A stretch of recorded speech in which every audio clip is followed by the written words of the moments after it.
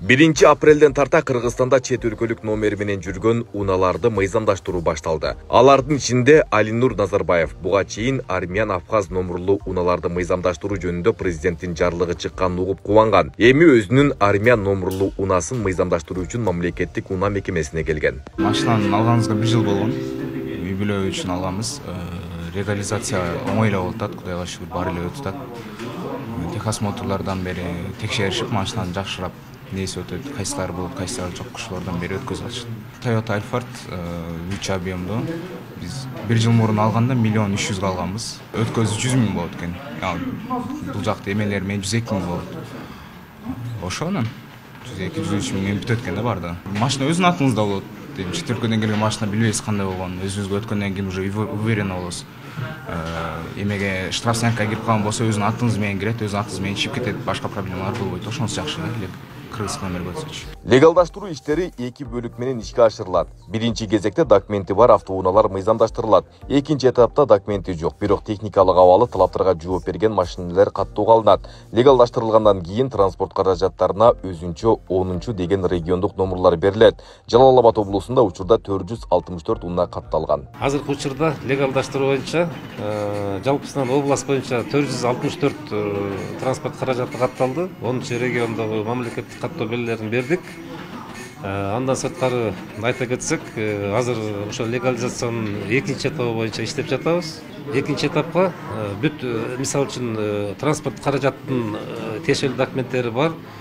Анан транспорт каражаттын техникалык абалы жакшы болсо, техникалык кароодон өзүнүн тиешелүү эмесин алып келет, заключениесин алып келет, анан каттап беребиз. Чет өлкөлүк номурлуу унааларды каттоодо унаанын кыймылдаткычынын көлөмү 2000 кубка чейин болсо 50 000 сом, ал эми 2000 кубтан жогору болсо 100 000 сом төлөнөт. Андан сырткары номур алуу үчүн 2000 сом төлөө шарты бар. Биринчи этап болсо, бүт бардык правоустанавливающий документтери, тиешелүү документтери бар. Мындайча айтканда, башка мамлекеттен официалдуу чыгып келип, анан кандайдыр бир себептер менен каттай албай жүргөн транспорттук каражаттарды каттоо болчу да, биринчи этабына ошол келген. Биринчи этапта биздин Жалал Абад областында андай транспорт каражаттары болгон жок.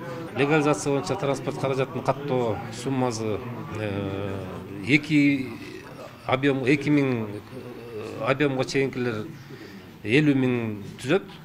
2000 объемдон сырткары андан ашып кетсе 100 000 түзөт. Буга чейин чет өлкөлүк номурлуу унаалардын ээлери бир нече жолу бийликке көйгөйдү чечип берүүнү өтүнүп кайрылышкан. Эми алар көптөн күткөн учур келгенине ыраазычылыктарын айтышууда. Объем 1/4, баасын билген жокмун, азыр кирип сурайм канча сом экенин. Латвиядан өзүм айдап келгем, ошол жакта иштеп келгениме 1 жылдан ашык болуп калды. Уже мыйзамдаштыргыла дегенден. Машина өзүм атымда, аякта өзүм оформдетип айдап жүргөм. Мыйзамдаштырган жакшы болуп атат. Мен аяктан өзүм оформдетип айдагам. ВНЖ срогу бүттү, кайра бара албайм аякачы. Мен ВНЖ срогу бүткөндөн кийин бул автоматически учеттон чыгат. Транспорт каражаттарды легалдаштыруу бир гана Армения менен Абхазия мамлекеттерине тийиштүү болбостон, бардык мамлекеттерден келген машиналерге тиешелүү да.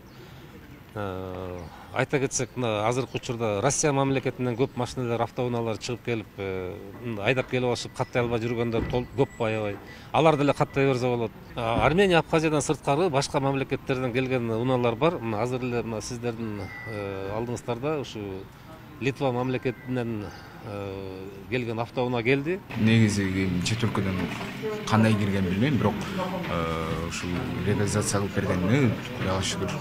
Мамлекет ошого жүгүрүп, ошону караштырып бергенине баардыгына мындай элдерди ойлоп, элдерге мүмкүнчүлүк берген үчүн чоң ыраазычылык билдирем аларга. Анткени Армения, Абхазия номер Кыргызстан боюнча уже көп эле кеткен, российский номерден көп болуп кеткен. Аны болсо биздин элдер өзүнүн эмгеги менен, өзүнүн эмеси иштери менен тапкан да. Эч ким мындай бекер алган эмес ал машинаны. Маалымдай кетсек, машина катталгандан кийин аны башка адамга сатууга, чет өлкөгө чыгарып кетүүгө, ошондой эле такси кызматына пайдаланууга тыюу салынат. Эскерте кетсек, Кыргызстанда 2015 жылы оң рулдуу автоунааны ташып келүүгө тыюу салынган. Бирок соңку жылдары Армения, Абхазия, Грузия өлкөлөрүнөн оң рулдуу машиналар ташылып жаткан. Айбек Исабеков, Замирбек Тойчубаев, Регион.